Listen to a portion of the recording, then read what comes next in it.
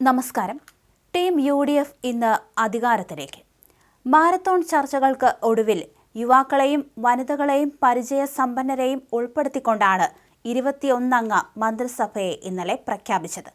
മന്ത്രിമാരുടെ പട്ടിക ഗവർണർക്ക് സമർപ്പിച്ചതോടെ ചില അസ്വാരസ്യങ്ങൾ ഉണ്ടായെങ്കിലും ഒടുവിൽ പ്രശ്നങ്ങൾ തീർത്ത് മന്ത്രിസഭ സത്യപ്രതിജ്ഞ ചെയ്യുകയാണ്.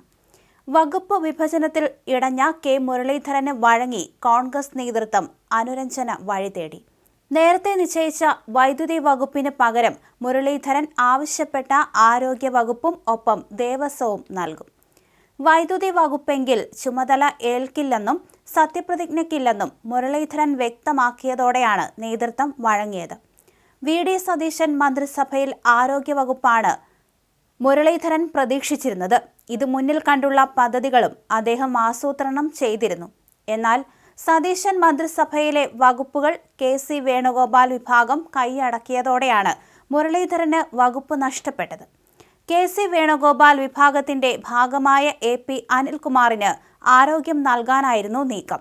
വകുപ്പിൽ എതിർപ്പ് അറിയിച്ച മുരളീധരൻ വൈദ്യുതിയെങ്കിൽ ചുമതല ഏൽക്കാനാകില്ലെന്ന് വ്യക്തമാക്കുകയായിരുന്നു. ഇതോടെയാണ് തീരുമാനത്തിൽ മാറ്റമുണ്ടായത്. ഇനി വൈദ്യുതി വകുപ്പ് ആർക്ക് എന്നതിൽ വ്യക്തത വന്നിട്ടില്ല. 2004 AK ആന്റണി മന്ത്രിസഭയിൽ മുരളീധരൻ 3 മാസത്തോളം വൈദ്യുതി മന്ത്രിയായിരുന്നു. വീണ്ടും അതേ വകുപ്പ് തന്നെ നൽകിയതിലാണ് അദ്ദേഹം തന്റെ ശക്തമായ വിയോജിപ്പ് നേതൃത്വത്തെ അറിയിച്ചത്.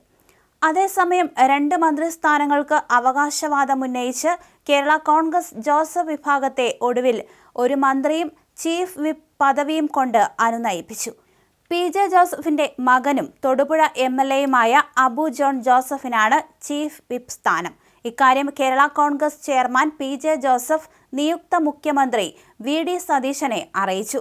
സർപ്രൈസുകൾക്കും അപ്രതീക്ഷിത തിരുത്തലുകൾക്കും രാഷ്ട്രീയ കേന്ദ്രങ്ങളെ ആകാംക്ഷയിലാക്കിയ മാരത്തൺ ചർച്ചകൾക്കൊടുവിൽ സംസ്ഥാനത്തിന്റെ ഭരണയന്ത്രം തിരിക്കേണ്ട പുതിയ മന്ത്രിസഭയെ പ്രഖ്യാപിക്കുകയായിരുന്നു.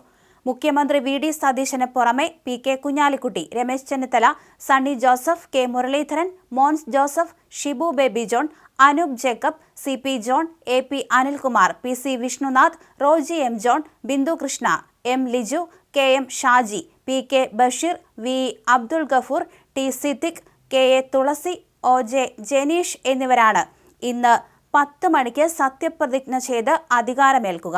മുതിർന്ന കോൺഗ്രസ് നേതാവ് തിരുവഞ്ചൂർ രാധാകൃഷ്ണൻ കേരള നിയമസഭയുടെ സ്പീക്കറാകും.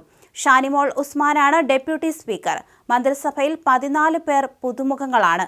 കോൺഗ്രസിന് മുഖ്യമന്ത്രി അടക്കം 12ഉം മുസ്ലിം ലീഗിന് 5ഉം Kerala Congress RSP, CMP, Kerala Congress Jacob എന്നീ ഘടകകക്ഷികൾക്ക് ഓരോ മന്ത്രിമാർ വീതമാണ് ലഭിച്ചത്. ചില ഘടകകക്ഷികളുടെ കാര്യത്തിൽ ടേം വ്യവസ്ഥ നിശ്ചയിച്ചെങ്കിലും അത് പിന്നീട് പ്രഖ്യാപിക്കും. അനൂപ് ജേക്കബും മാണി C കാപ്പനും ചുമതല വെച്ചു മാറുന്നത് സംബന്ധിച്ച് ചർച്ചകൾ തുടരുന്നു എന്നാണ് സൂചന. അതേസമയം മുസ്ലിം ലീഗ് ടേം വ്യവസ്ഥയിൽ 2.5 വർഷം കഴിഞ്ഞ് മന്ത്രിയാകുന്നയാളെ പ്രഖ്യാപിക്കുകയും ചെയ്തു. കോഴിക്കോട് ജില്ലയിൽ നിന്നുള്ള പാറയ്ക്കൽ അബ്ദുള്ളയാണ് 2ാം ടേം മന്ത്രി. വകുപ്പുകൾ സംബന്ധിച്ച് ഏറെക്കുറെ ധാരണയായെങ്കിലും അന്തിമമായിട്ടില്ല.